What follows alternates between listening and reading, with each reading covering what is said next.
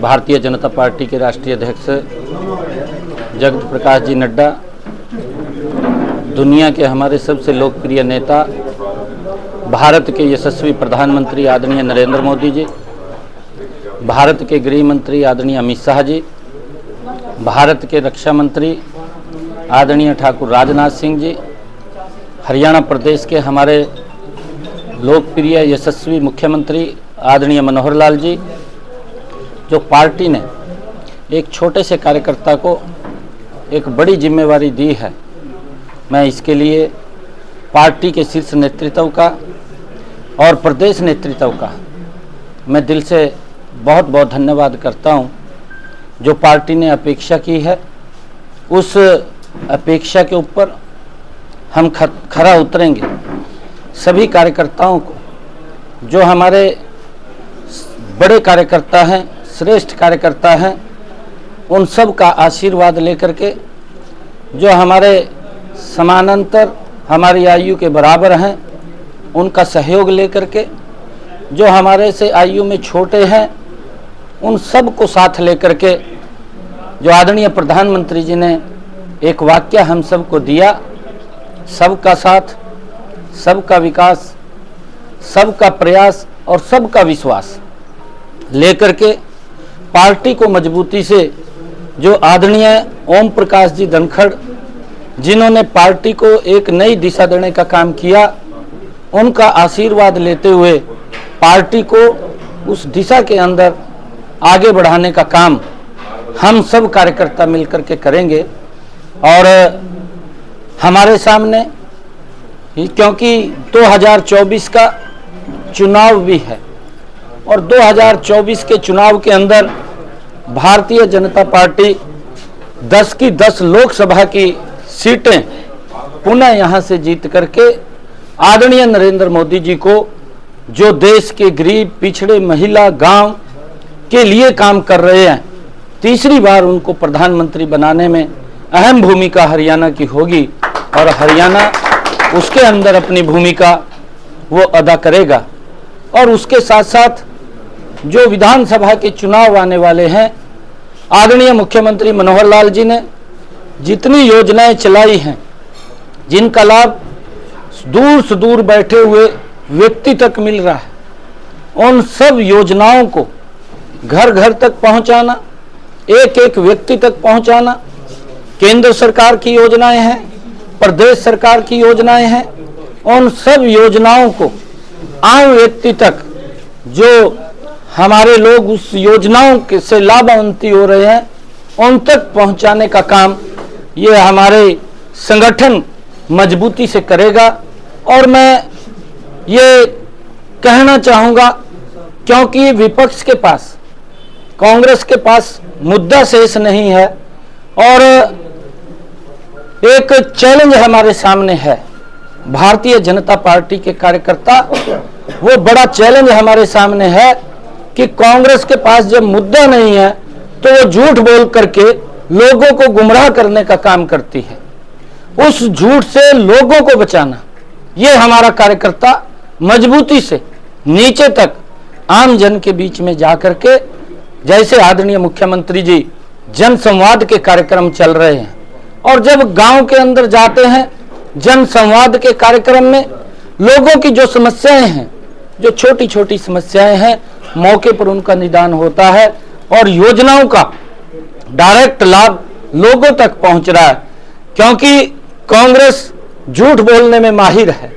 पिछले चुनाव के अंदर कांग्रेस ने राजस्थान के अंदर, जो इनके युवराज हैं, उन्होंने मंच के ऊपर खड़े होकर के कहा कि हमें वोट दीजिए। ये इलेक्शन के अंतिम दिनों के अंदर उन्होंने झूठ बोला है कि आप वोट दीजिए, हम जब शपथ लेंगे उसके 10 दिन के बाद किसानों का कर्जा माफ कर देंगे।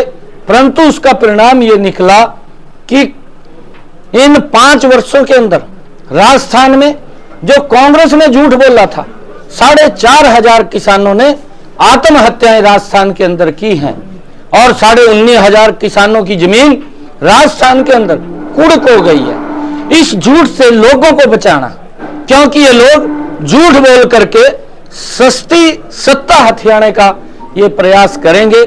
उस प्रयास को रोकना ये भारतीय जनता पार्टी के कार्यकर्ता का बड़ा चैलेंज है और हम सब मिलकर के उस चैलेंज के साथ खड़े होकर के लोगों को इस झूठ से बचाने का काम करेंगे। जो पार्टी ने जो हमारे ऊपर विश्वास किया है, मैं पुनः केंद्रीय नेतृत्व का, प्रदेश नेतृत्व का बहुत बहुत धन्यवाद और आभार व्यक्त करता हूं। आज हमारे सभी माननीय जिलाध्यक्ष यहाँ पर पहुंचे हैं। आदरणीय मुख्यमंत्री जी से कल शाम बात हुई थी और उन्होंने 10 बजे का समय हमें दिया था और कहा था कि 10 बजे आप आ जाएं।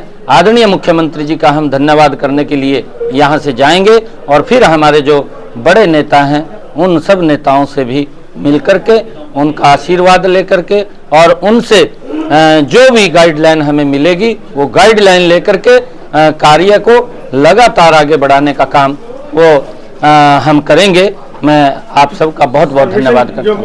2024 है, लोकसभा चुनाव, विधानसभा चुनाव है, टीम में बढ़ाए, टीम को विस्तार दिया जाएगा। बीजेपी के जो संगठन में विस्तार करने की संभावना है, नया कप्तान है, नई टीम बनती है तो आमतौर पर क्या रहेगा? देखिए, जैसा भी संगठन की गाइडलाइन होगी उसके अनुसार हम काम करेंगे, संगठन के अनुसार ही काम करेंगे और विस्तार तो करना हर पार्टी का ये धर्म है।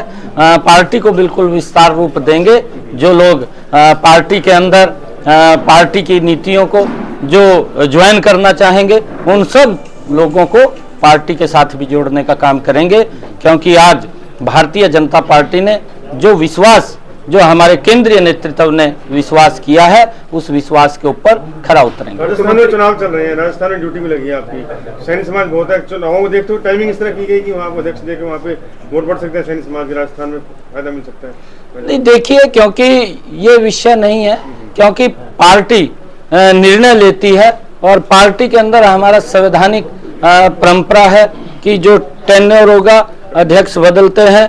राजस्थान के भी अध्यक्ष पीछे दूसरे लगाए गए थे, क्योंकि पार्टी ने ये विश्वास व्यक्त किया और अच्छा है कि ऐसे समय के अंदर राजस्थान के अंदर भी बड़ा लाभ वो मिलेगा समाज के लोगों को। जीटी बेल्ट में थोड़ी कमजोरी दिख रही बीजेपी में 10 सालों के बाद, तो उससे भरपाई कर पाएंगे? क्योंकि अम्बाला क्षेत्र 2 जिले तो आप कवर कर ही रहे हैं। देखिए, कहीं भी अभी धीरे धीरे करके मैंने कहा है कि हम श्रेष्ठ कार्यकर्ताओं का आशीर्वाद लेकर के काम को चालू करने वाले हैं। ये जीटी रोड बेल्ट है, चाहे हमारा मध्य हरियाणा है, चाहे दक्षिणी हरियाणा है, हरियाणा का एक कोना भी वो पीछे नहीं रहेगा। भारतीय जनता पार्टी 10 की 10 लोकसभा की सीटें जीतेगी और आने वाले विधानसभा के चुनाव के अंदर जितने काम किए हैं आदरणीय मुख्यमंत्री जी ने और आदरणीय नरेंद्र मोदी जी ने, उनके दम के ऊपर एक एक व्यक्ति के पास जाकर के हम हरियाणा के अंदर भी तीसरी बार बड़े मैंडेट से सरकार बनाएंगे। लोकसभा चुनाव में लड़ सकते हैं, क्या लगता है? अब अध्यक्ष की बहुत बड़ी जिम्मेदारी, पूरा हरियाणा देखना है आपने। देखिए, ये पार्टी तय करती है, ये मेरे विषय नहीं है, न मेरे हाथ का विषय है, ये मेरे हाथ का विषय नहीं है। सांसद साहब, राजस्थान चुनाव में आप गए हुए हैं, वहां पर बकायदा एक पोस्टर जारी करके, एक वीडियो जारी करके कहा जा रहा है कि ईडी द्वारा दबाया जाता है कोई भी विकास कार्य हो, चाहे दवाई बांट, ईडी को कुत्ता कहा आज उन्होंने, ईडी तक के वो वीडियो वायरल किया जा रहा है, आप क्या कहेंगे उसको? देखिए, कांग्रेस के समय के अंदर भी, क्योंकि ये स्वतंत्र एजेंसी है, हमने पहले भी इस बात की प्रेस के माध्यम से भी चर्चा की थी कि ईडी एक स्वतंत्र एजेंसी है, उसके ऊपर किसी का दबाव नहीं है, क्योंकि हमारी ये संवैधानिक कुछ सिस्टम है, उस सिस्टम के तहत ईडी भी कार्रवाई करती है। कांग्रेस के समय के अंदर भी कई कार्रवाई हुई है, परंतु ये ईडी अगर कहीं लगता है कि यहाँ भ्रष्टाचार हुआ है तो ईडी की जिम्मेवारी है उस भ्रष्टाचार को तथ्यों के साथ उजागर करना, और अगर किसी के ऊपर कार्रवाई होती है तो सरकार को बदनाम करने का वो काम करते हैं, परंतु ये विषय नहीं है। आदरणीय नरेंद्र मोदी जी मजबूती से देश को बढ़ाने का काम कर रहे हैं। पिछड़े, अति पिछड़े, गरीब, दलित, आम व्यक्ति तक योजनाएं पहुंचा करके उनको समाज की मुख्यधारा में जोड़ने का काम कर रहे हैं, परंतु इनको लगता है कि ये मुद्दा तो इनके पास है नहीं है।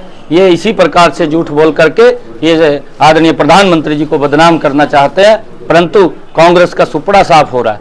राजस्थान के अंदर आज कोई उनको मुंह नहीं लगा रहा, और जब मुंह नहीं लगा रहा तो इस प्रकार की बातें वो बोल करके झूठ फैलाने का काम कर राजस्थान के मुख्यमंत्री हैं, वो केंद्रीय एजेंसी को कुत्ता कह रहे हैं, ईडी को उन्होंने कुत्ता कहा, तो इतनी बड़ी पद पे होने के बावजूद ऐसी बात करते हैं। देखिए, कांग्रेस ने कभी भी संवैधानिक संस्थाओं का सम्मान नहीं किया। चाहे उनके युवराज हैं राहुल गांधी साहब, उन्होंने कहा कि लोकतंत्र नहीं है, परंतु अपने गिरेबान में झांक करके नहीं देखते। जब उनके प्रधानमंत्री के उनके मंत्रिमंडल के द्वारा बिल पास किया गया, उसकी तार तार करके लोकसभा के अंदर फेंक दिया गया, तब लोकतंत्र कहाँ था। ये चाहे लोकतंत्र की बात है, चाहे संविधान की बात है, ये लोग संविधान को भी नहीं मानते, उसका भी अपमान करते हैं। अब ईडी जैसे इस प्रकार के शब्द जो यूज किए हैं वो निंदनीय है। ऐसे शब्द नहीं बोलने चाहिए। इस संवैधानिक पद के ऊपर बैठ करके उसकी निंदा करनी चाहिए। राहुल गांधी ने बकायदा सत्यपाल मलिक का 28 मिनट का इंटरव्यू किया। सत्यपाल मलिक दावा कर रहे हैं बस 6 महीने की सरकार रहेगी, है सरकार जाने वाली होगी, क्या कहेंगे? देखिए, बड़ा वो वीडियो वायरल, बकायदा इंटरव्यू कर रहे हैं। सत्यपाल जी का सभी पत्रकारों ने पूरा इंटरव्यू लिया है। अब वो स्वयं राहुल गांधी किस उसमें गए हैं वो राहुल गांधी ही जानते हैं, उसको हमने मालूम नहीं है। परंतु एक भी पत्रकार ने देश के उसके पास जा कर के उसके सभी इंटरव्यू लिए हैं, परंतु कुछ मिला नहीं है। और अब राहुल गांधी निकले हैं क्योंकि वो झूठ की दुकान कांग्रेस की, जो वो मोहब्बत की दुकान बोलते हैं, मोहब्बत की दुकान के अंदर कांग्रेस की छुरा है, जो जनता की पीठ में घोंपने का काम कांग्रेस पार्टी करती है।